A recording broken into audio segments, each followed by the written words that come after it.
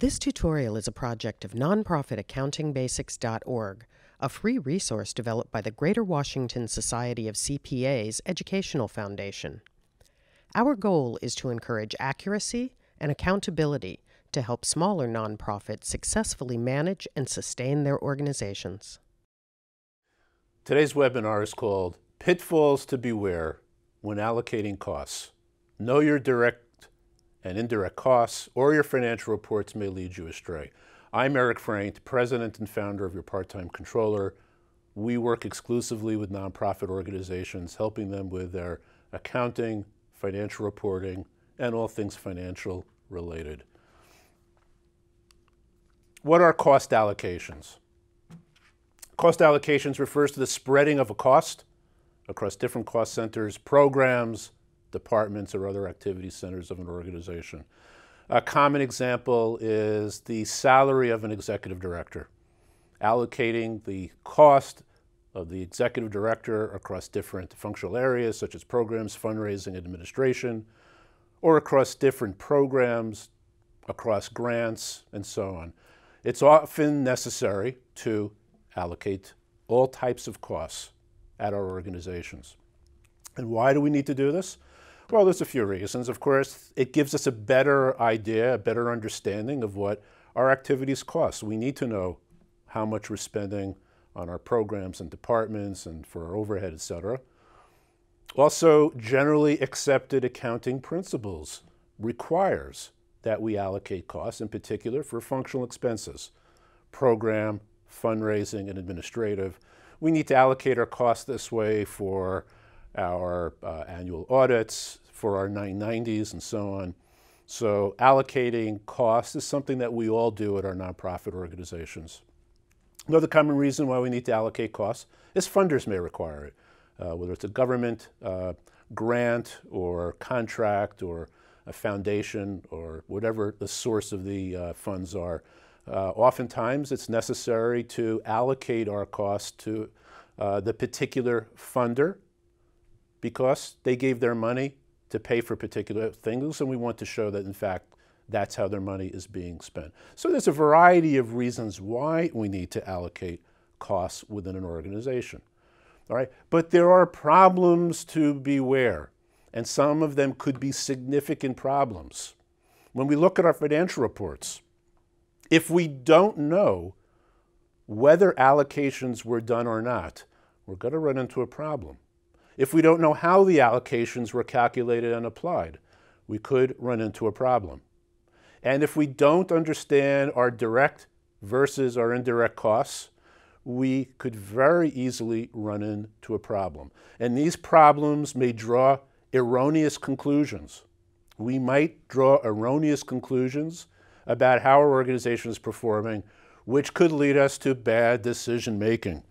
And who wants to be responsible for bad decision making? So the best way to really explain this is to show some examples. And I've got two. The first one's a hypothetical example. The second one will be something that actually happened. Here's our hypothetical example. Your accountant at your organization has prepared a first draft budget. And for purposes of this webinar, it's a very simple budget. We have revenue of $1.5 million, expenses of $1.6 million, for a net loss of $100,000. All right, so this is our first draft. This budget is shown to the board. The board sees the loss of $100,000, and the board is uncomfortable. So the board asks their accountant to come back with some additional detail. Accountant comes back a little while later, and what we are now looking at is essentially the same information, but now it's broken down into their two programs. This organization has two programs, Program A and Program B. You'll notice in the total column, all the numbers are the same. We still have $1.5 million of revenue.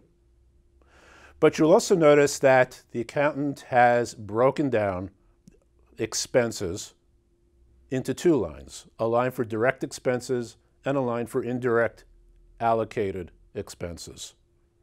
And looking at the net line, Program A is showing a break even, Program B showing the $100,000 loss, and in total, we have a $100,000 loss.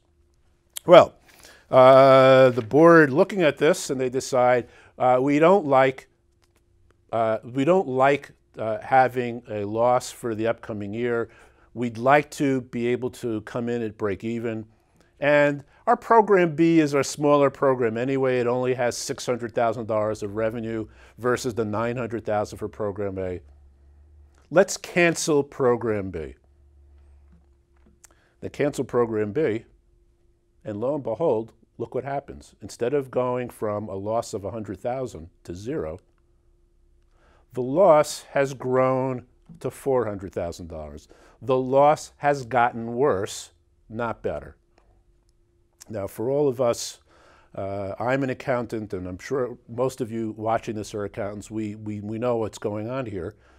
The indirect allocated expenses, that $400,000 of allocated expenses had to go somewhere. Those are expenses that remained after Program B was canceled. So the canceling of Program B, we lost all $600,000 of revenue. We lost all $300,000 of direct costs. But that $400,000 remained. It could have consisted of maybe there's a building and the costs associated with the building. Those costs are still there. Personnel, the executive director and the other personnel, their salaries are still there. There could have been office expenses might still remain. So that $400,000, instead of disappearing, ended up being allocated entirely to Program A. So we're looking at a situation now where Program A has revenue of $900,000.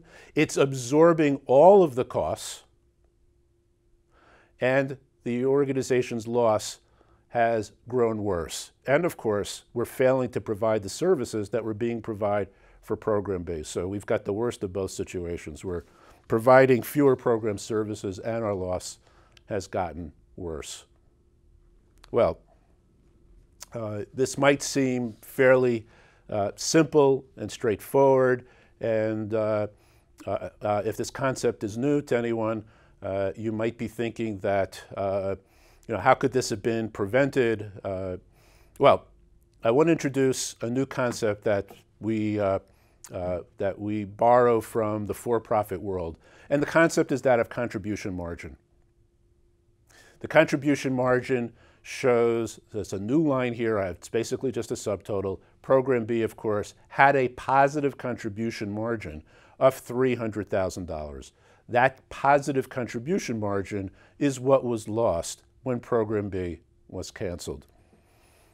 All right, well, how does this possibly affect us out in the real world? This is a hypothetical example.